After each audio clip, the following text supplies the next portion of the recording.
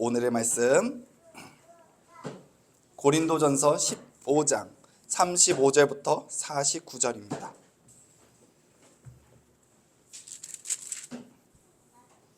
교독하시겠습니다. 누가 묻기를 죽은 자들이 어떻게 다시 살아나며 어떠한 몸으로 오느냐 하니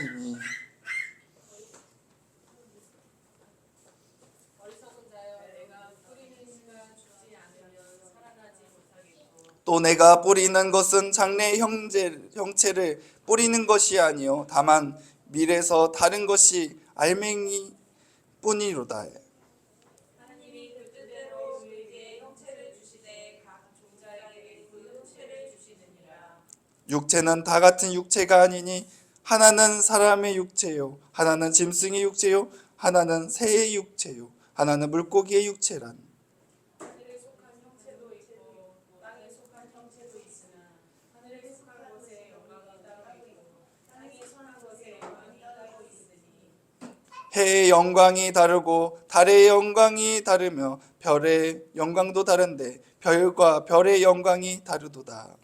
죽은 자의 부활도 그와 같으니 썩은 것으로 심고 썩지 아니할 것으로 다시 살아나며 욕된 것으로 심고 영광스러운 것으로 다시 살아나며 약한 것으로 심고 강한 것으로 다시 살아나며 육의 몸으로 심고 신령한 몸으로 다시 살아나나니 육의 몸이 있을지 또 영의 몸도 있느니라. 기록된 바 첫사람 아담의 생명이 되었다 함과 같이 마지막 아담은 살려주는 영이 되었나니 그러나 먼저는 신령한 사람이 아니요 육의 사람이요 그 다음에 신령한 사람이니라. 첫사람은 땅에서 났으니 땅에 속한 자이거니와 둘째 사람은 하늘에서 나셨느니라. 물 크게 속한 자들을 저 크게 속한 자와 같고 물 하늘에 속한 자들을 저 하늘에 속한 이와 같으니 우리가 흙에 속한 자의 형상을 입은 것 같이 또한 하늘에 속한 이의 형상을 입으리라. 아멘. 그렇습니다. 여기 영상 이거 하는데 이거 틀었지 않고 조금만 관리했어요. 오늘의 말씀 예수님의 부활의 신비에 대해서 함께 나누려고 합니다. 사랑하는 성도 여러분, 한 주간 살아가면서 예수님의 부활의 신비를 느끼셨습니까? 예수님의 부활의 신비는 늘 우리의 삶 가운데 역사이시고 늘 공존한 줄 믿습니다. 사도 바울은 부활의 신비와 그의 의미를 깊이 설명하고 있는데요. 설명하고 있습니다. 죽음이에도 우리에게 새 생명의 약속을 분명히 합니다. 우리는 이 부활의 소망을 붙잡고 흔들림 없는 믿음의 삶을 살아가기 원합니다. 진리의 말씀 안에서 부활이 있습니다. 부활은 어디에 있습니까? 진리의 말씀이 있는데 부활이 있습니다. 바울은 살아난다는 것이 어떤 모습인지 묻는 사람들에게 씨앗의 비유를 합니다. 절에서는 뭘 얘기합니까, 여러분? 윤회를 얘기합니다. 윤회를. 우리가 죽으면 어떻게 됩니까?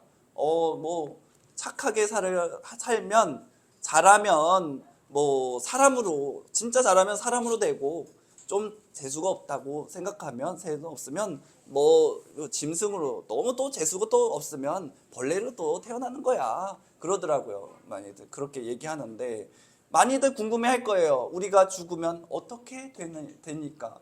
그 내가 알아? 내가 가봤어? 그럴 거예요. 제가 얘기해도 내가 가봤어? 내가 뭐 가보질 않았는데 누가 죽음의 내세를 어떻게 알 수 있습니까? 주님께서 깨닫게 하시고 보여주면은 그것을 그런 거구나 체험하고 깨닫는 것뿐이지 우리가 알 수 있는 방법은 거의 없다라는 것이죠. 그래서 바울은 얘기합니다. 씨앗이 땅에 심겨 자라나지만 원래 씨앗과는 다른 모양으로 싹이 트이듯이 우리의 몸도 부활할 때 새로운 몸으로 변형된다고 얘기하고 있습니다. 우리가 지금 성장해서 어른이 되고 나중에 할머니 할아버지가 되는데 그런 것은 표현하자면 아직 씨와 같은 거예요. 씨 피지를 못한 거예요. 나이를 아무리 먹은다 하여도 예수님을 다 깨닫습니까? 나이 많이 먹으면 먹을수록 예수님 깨닫습니까? 아니잖아요. 예수님, 우리가 성장한다라는 것은 영적인 성장을 얘기하는데, 영적인 모습은 예수 그리스도를 우리가 영접하고 생명의 길을 걸어가면 걸어갈수록 성장하는 것을 얘기합니다.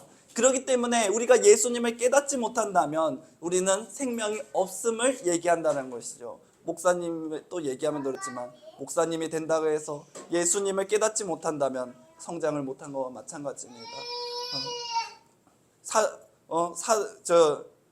세례 요한이 그러잖아요. 세례 요한이 엄청난 사람이잖아요. 많은 사람들이 세례 요한의 세례를 받기 원했고, 그의 세례를 예수님도 받기를 원했습니다. 하지만 그는 구약에서 큰 자 중에 큰 자지만 예수님의 신약에서는 작은 자 중에 작은 자라고 얘기하고 있습니다. 왜 그럴까요? 예수님을 뜻하는 것이, 접하는 것이 작기 때문에, 구약의 마지막 선지자로서의 그 길을 감당하기 때문에 그렇습니다. 누가 작고 크니까?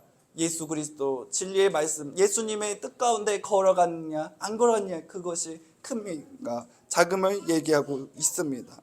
그렇기 때문에 여러분, 우리가 예수 그리스도 안에서 싹을 틔워야 됩니다. 예수 그리스도 안에서 잎이 나고 꽃이 피고 열매를 맺는 사람들이 돼야지 정말로 어른입니다. 정말로 예수 그리스도 안에서 새로운 모습의 삶을 살아가는 줄 믿습니다. 그렇기 때문에 우리가 부활은 단순한 복원이 아니라 전혀 새롭고 영광스러운 몸으로 변화를 일으키고 있습니다. 선악을 알게 하는 나무의 열매를 아담과 하와가 먹음으로 인해서 그들이 변한 게 뭔가요? 변한 거 없어요. 그들이 인간이에요. 이마 막 괴물이 확 되는 게 아니잖아요. 그게 아니에요. 그럼 뭐가 변했어요? 그 마음의 영적인 면이 달라진 거예요, 여러분. 그래서 주님께서 말씀하신 건 뭐냐면은 영적인 사람이 돼요. 육적인 흙으로만 있는, 언젠간 썩어져서 죽을 수밖에 없는 우리 이 흙으로 된 우리 육신적으로 맹신하지 말고 영원히 살 수 있는, 영원히 무궁무진하게 성장할 수 있는 영적인 사람이 되라고 주님은 말씀하십니다. 그렇기 때문에 예수님이 십자가 지신 거예요. 이 육적인 것을 다, 이 죄 많은 우리 다 찢어버리고 다시 부활함으로 인하여서 뭐래요? 영적인 사람이 되라. 아멘. 그렇기 때문에 여러분, 영적인 변화를 꿈꾸셔야 됩니다. 육적인 그 변화도 많은 사람들이 꿈꾸고 그것을 위하여 달려가고 있습니다. 힘을 다하고 있습니다. 능력을 다하고 있습니다. 하지만 영적인 것을 꿈꾸고 단련하지 않는다면, 예수 그리스도 안에서 단련하지 않는다면 우리는 꿈을 꿀 수가 없습니다.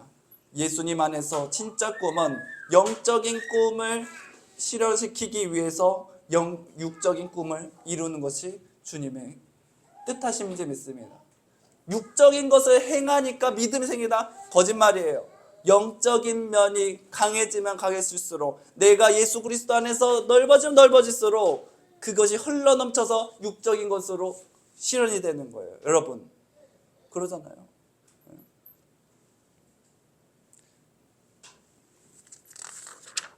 각 몸은 그 종류에 따라 다른 듯 땅에서 육체와 하늘에서 영광받는 몸이 다르다고 얘기하고 있습니다.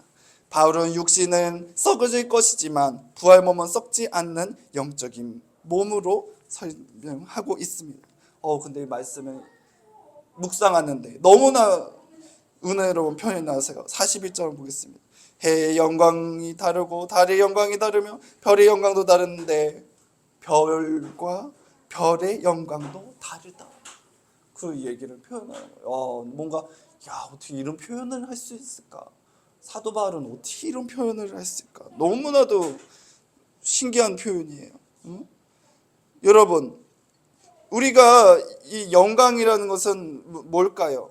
이 육신의 것에서도 많은 영광을 해요. 막 저렇게 영화 대상 받으신 분들, 어떻게 저렇게 그 올라가지고 하나님께 영광 돌리면 얼마나 막 그런 영상 막 하잖아요. 어떤 북한 사람 얘기했잖아요. 북한 사람이 어떤 영화 보려고 그러겠는데 무슨 저렇게 이렇게 뻘거벗은 사람들이 나와가지고 시상식이라고 하는데 하나님께 영광 돌립니다. 하나님께 영광 돌립니다. 그래가지고 그 하나님이 뭐야? 하나님께 하면 그 기도 한번 해봐야겠다. 그러니까 그거 뜻한 게 뭡니까? 나만 가고 싶다. 나만 왔다잖아요. 그게 그 영상 보고서 참 영광은 육신의 영광도 있어요. 우리가 예수 그리스도를 중심으로 해서 하는 영광과 육신적으로 내가 열심히 해서 하는 영광, 내가 주인이 되고 내가 하나님이 되는 영광, 다 한 끗 차이라는 거예요. 한 끗 차이. 많은 사람들이 너도 나도 똑같이 생각하는데 아니에요. 갭이 너무 틀려요.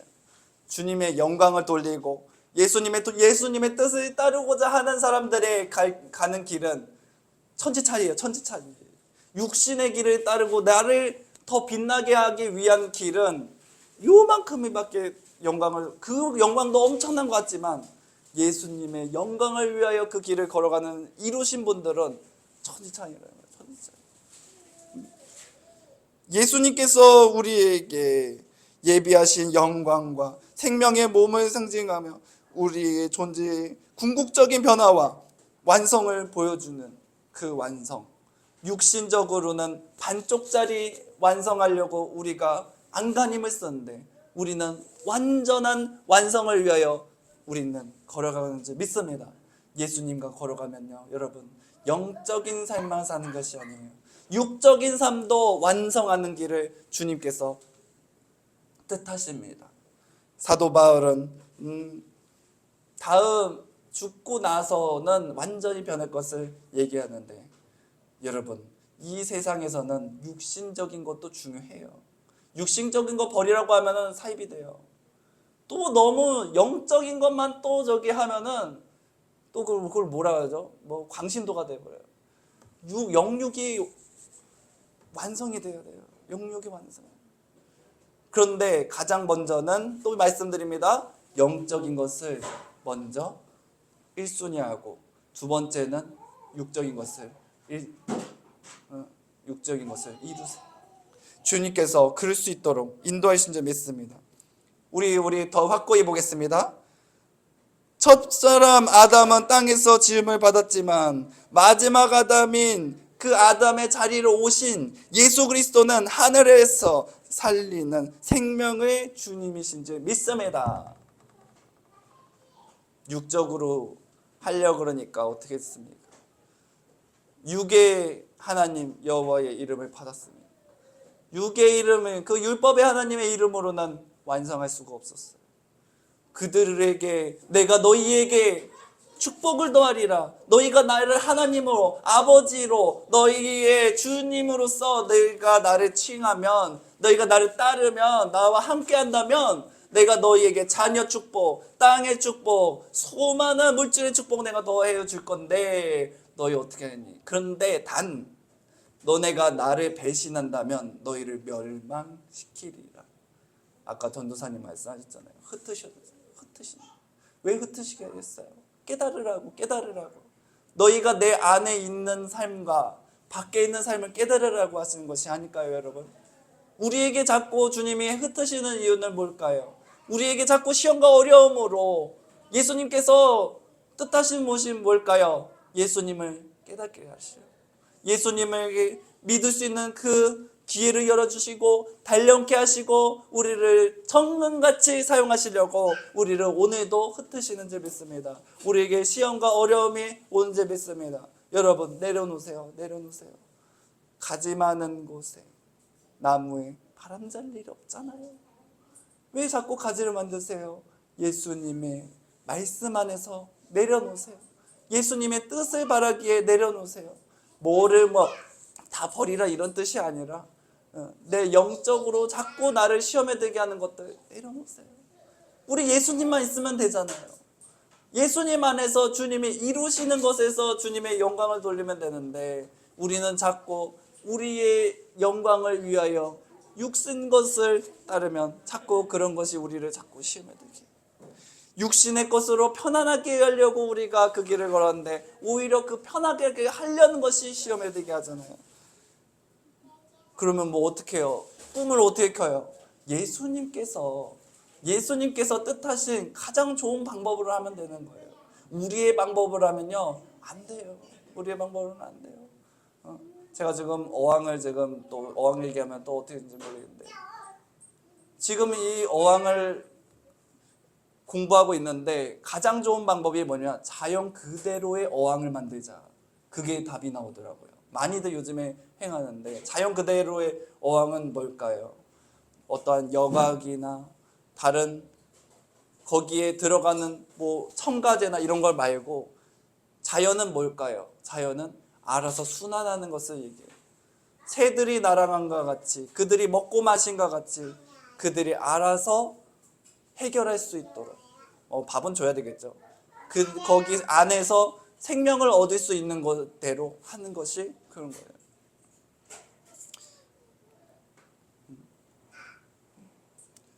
한 외국에 한 국립공원인가 하는 데가 있어요.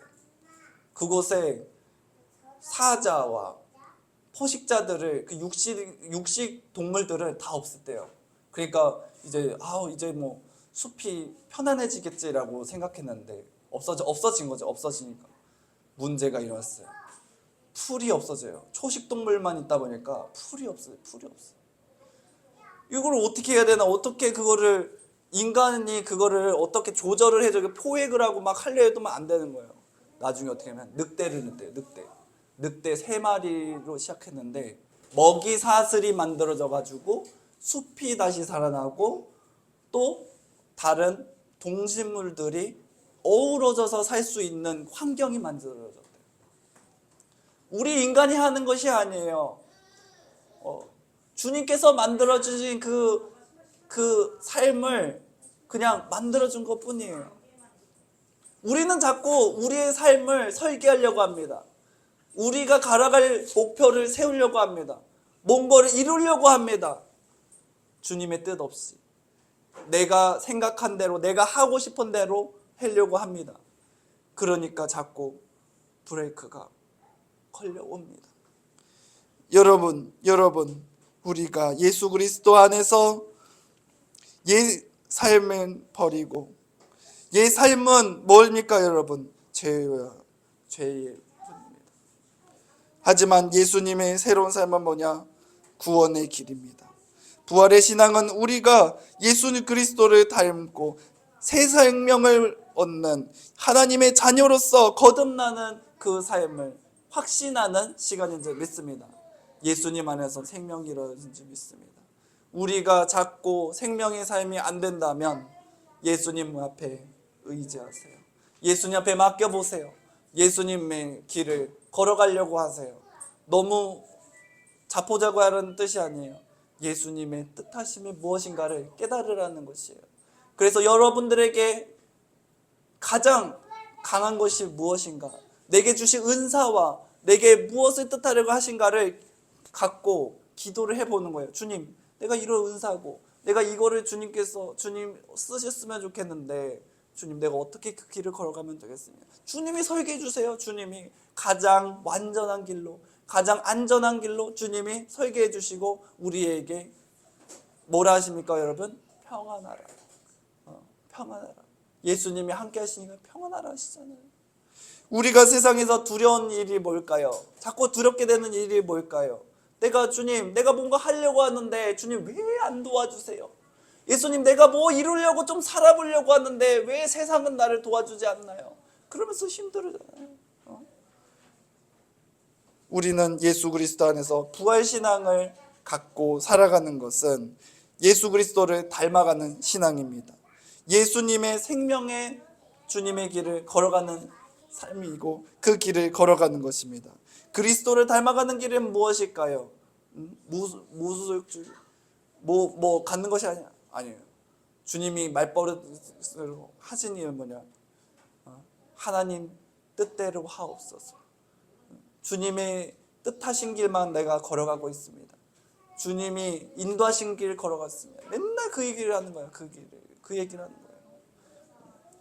여러분, 제가 늘 여러분들에게 말씀드리는 것은 뭡니까? 백제열 목사 예수님 만나지 마세요. 여러분들이 예수님 만나세요. 나는 내 예수님과 동행하고 있는데 여러분들은 왜 자꾸 내 예수님을 따라하려고 그래요. 그러면 뭐가 생기죠, 여러분? 거기에서 자꾸 자기가 아유 저 목사님이 뭐 신학 공부했으니까 믿음 좋으니까 뭐 좋으니까 자꾸 얘기하고 나는 안 되지라는 그런 생각하는 거예요. 여러분, 내 백제열 목사는 백제열 목사의 삶이니까 예수님께서 그렇게 케어해주고 인도하시는 거예요. 그래서 제가 여러분 말씀드린 것은 닮는 건 좋아요. 그것으로 인해서 나는 안 되겠다라는 생각을 하세요. 여러분들의 예수님을 만나세요. 여러분들의 예수님을 만날 때에 예수님께서 여러분들의 삶을 인도하시고 함께 하신 줄 믿습니다. 나만의 예수님을 만나지 못한다면 자꾸 자괴감이 들 수밖에 없어요. 시험에 들 수밖에 없어요. 나는 왜 안 되지? 나는 왜 할 수가 없지? 라고 하면서 그럴 수가 있어요.